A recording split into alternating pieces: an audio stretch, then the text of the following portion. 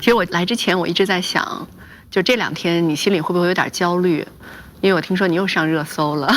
日常当然这些我知道是必不可少的，但有的时候可能还是相对于来说会更享受在场上的时刻吧。因为其实在那个时候，我觉得会完全的投入专注，然后进入一个自己的这种世界或者是自己的这种感受里面吧。巴黎奥运会是樊振东职业生涯中的第2次奥运会。在男子单打比赛中，最严峻的考验并不是决赛，而是赛会头号种子、现世界第1的王楚钦2比4不敌瑞典选手莫雷加德，无缘男单16强。因此，男单夺冠的压力全都集中在了樊振东的身上。现在回头想，包括再去开会总结的时候，其实是有一些后怕的，因为前8里面可能就剩我1名中国运动员了。如果输了很多记录，或者说很多队伍的这种光荣的历史，是不是就要在自己手上给葬送了？赛前抽签，樊振东被分在下半区，同处下半区的还有日本选手张本智和、中国台北名将林昀儒、东道主选手费利克斯·勒布伦等，可以说是场场硬仗。8月2日，樊振东在1/4决赛遇到了他的老对手张本智和。在此前的10次交手中，樊振东以7胜3负占据上风。再看那个你跟张本智和打那场比赛的时候，我看到有网友说不行，我得吸会儿氧，说现在来上个呼吸机，就各种这样的一个调侃。但实际上确实感受到了那个时候的紧张。我因为自己参加2届奥运会嘛，我认为都可以是压力最大的一场球吧。当时觉得这会是一场这么难打的仗吗？想到了会很难打，但是没有想到会在这样的局面吧。我想到了会落后，就包括0比2落后什么，但是真0比2落后跟你想的时候，那还是不一样的感觉。什么样的感觉？真落后的时候，你会觉得有点压迫感吧，可能就是因为一共就7局4胜，你0比2落后了，这种时候就是几乎没有犯错的机会了吧。那个时候大家看到你中间就换了一趟衣服，在换衣服的时候，你在想什么？首先这个行为或者说这个想法，我觉得是想调整一下自己的节奏吧，因为当时这是你主动提出来的，还是王浩教练要求你换衣服？我记得是他说的。赛前我特意跟他说了，我说这场球我带了3件衣服，只要感觉不对，我们就可以去换。虽然这个调整看似好像是很细微的，但是自己还是愿意去做、去尝试、去看有没有可能改变这个比赛的进程吧。这个过程里，王浩教练说什么了吗？让我冷静，再一个就是鼓励，然后会造成落后的局面，是因为你做不到你想做的那个样子，你才会落后。真的，当你换完衣服回到赛场的时候，你觉得自己换了一个人吗？我不确定，就是我不确定我能不能做到，但我相信我自己能做到。那这个过程里面，其实比分咬得特别紧，就那种状态，那种焦灼的状态，你怎么才能够让自己的心稳下来，还相信自己，还觉得自己能行？在1比2落后的时候，那一局赢下来，就像一个把头埋在水里的人能重新把头抬起来的这种感觉吧。因为其实前面一直是在被压着，就是不管是大分小分局面都没有这种可以让自己喘口气的机会。因为我们在这个过程当中能看到你跟他在表情上有非常大的反差，就你是无论赢球还是输球好像都没有太大的波动，甚至有的时候输了一个球你还会好像那种很自嘲的笑一下。因为在那一刻你想做的东西对方肯定不会让你做的。你在这个时候我能做什么能让这个比赛有可能朝着有利我的方向发展，那么我就去做。因为比赛也没有结束，或者说他打得好，我觉得我可以为你鼓掌，但下一个球我还会再来，我觉得是这样一种状态。最后的时候我们看到你是一个完全的释放和爆发，那个时候是发生了什么让你突然之间有了这样的释放？在开局跟中局其实对手也发挥得非常好，但是可能打到尾局，我觉得那个时候自己首先没有保守吧，并没有想着往后等、往后拖，而是在前面直接就主动出击，所以也取得了很好的效果。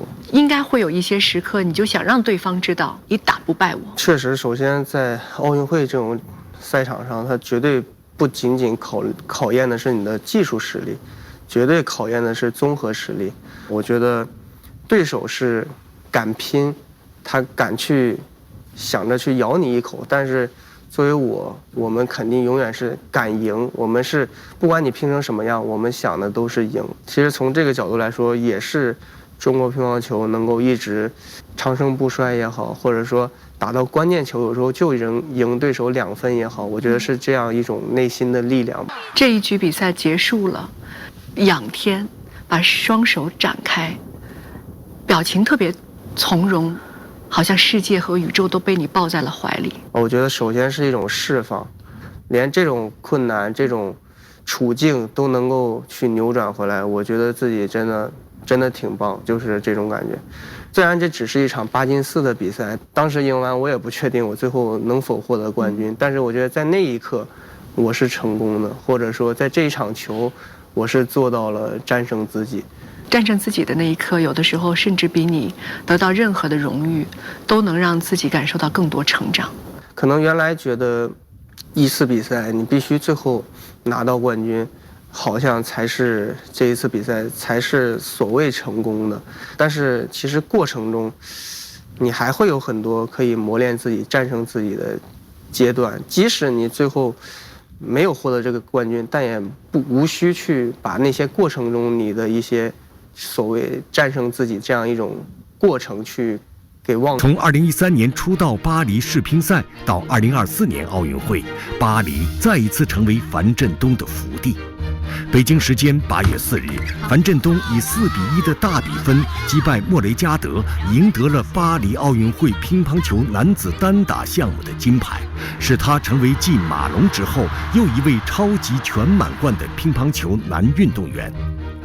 樊振东少年成名，被誉为新一代的乒乓天才。11年间，他展现了状态稳定、技术全面的特点，获得无数冠军。但备战巴黎奥运会，他却经历了自己的低谷期。WTT 球星挑战赛多哈站中途因伤退赛，新加坡大满贯止步16强，仁川冠军赛止步半决赛，澳门男子世界杯无缘4强，沙特大满贯止步16强。我觉得会有这样的困惑吧，或者说这种困惑。对，就是觉得好像我已经很努力了，但是总是离我想要的差那么一点。所以你有过熬的时刻？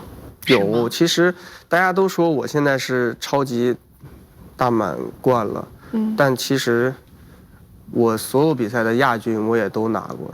但我其实一直觉得那些亚军是财富，只是有时候不太好去跟别人这么说而已。我们都说叫熬的时候就得能耐得住寂寞，然后忍得住冷板凳，然后能永远相信自己。除了乒乓球，我挺喜欢看一些别的体育项目，像皇马的2次欧冠，就是一个22年，他也是全部落后，就是逆转。我就觉得其实有的时候，包括自己也说，在中场哨响之前，没有什么是不可能的。冠军，对于你们意味着什么？意味着就是不能失败。我觉得，因为这就是代表男队的一个整体实力。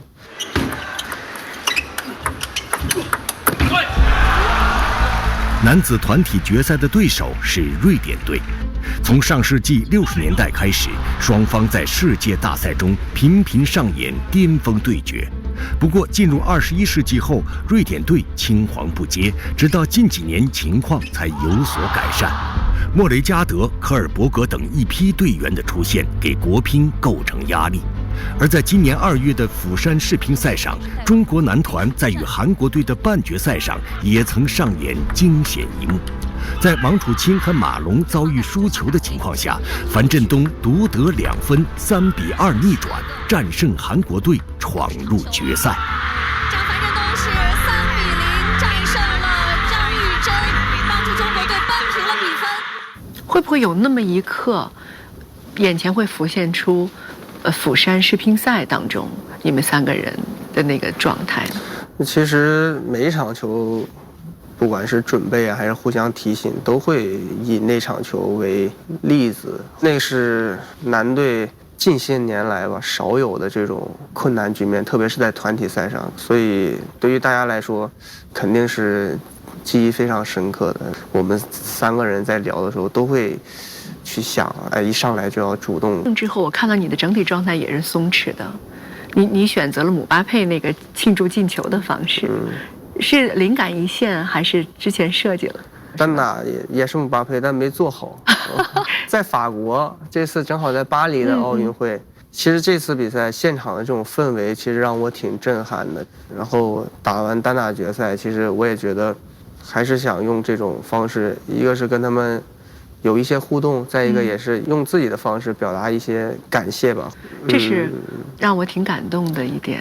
我觉得现场的观众，不管他是给谁加油的，他都是能够让这个比赛变得更加精彩。在这其中，我觉得也能够更加享受、更加释放，然后发挥出自己更高的水平吧。我觉得。结束巴黎奥运会的征战后，樊振东今后的计划成为人们关注的焦点。他本人透过媒体不止一次表达了退役的想法。有球迷撰写了樊振东2021年东京奥运会到2024年巴黎奥运会这3年周期背后的酸楚，其中就提到了樊振东和饭圈文化之间的紧张状态。对于你写的那张纸条说巴黎挺好，未来会更好，有些人揣测说你未来是不是要做一些跟乒乓球没有关系的事情了，害怕你退役，害怕你离开。首先在这样一种环境或者说这样一种状态下，已经有了挺长一段时间吧，我其实一度也很被这些去困扰。你指的是饭圈文化对于你造成的困扰吗？对，感觉这个对项目的发展，包括对个人，我觉得都会造成挺多的影响、困扰，甚至是伤害吧。我觉得伤害过你吗？大大小小的事件，我觉得也经历过一些吧。不管是对自己，还是说对队伍，还是说对大家这种团结，其实都有百害而无一利吧。我觉得。近期，公安机关会同相关部门依法打击整治体育领域饭圈违法。中国乒协指出，饭圈乱象已经严重干扰中国。在一些体育项目和优秀运动员受到关注和追捧的大环境中，出现的非理性追星行为被称为饭圈文化。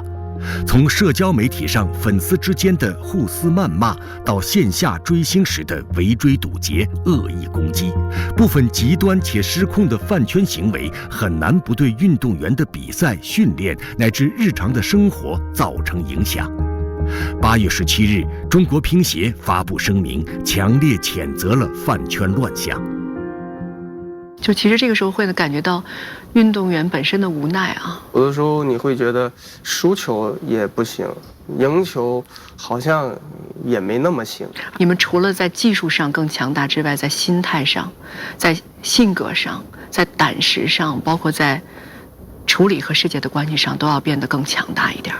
我自己吧，可能非常渴望在赛场上能够成为焦点，但是下来以后又特别不希望成为焦点，而且我认为这是运动员本身比较正常的一种状态吧。但是现在可能在场外的很多东西被放大、被过度关注以后，会觉得压力很大，会觉得确实就是无所适从嘛。我在互联网上看到过你很多次叫怒斥饭圈文化，是因为那个时候你已经到了忍无可忍的地步吗？我觉得首先需要去表达一些自己的态度吧，通过一种合理的方式或者说正常的渠道，我觉得要去有一些自己的态度，而且我也没有担心大家会因为这些不喜欢我、不关注我。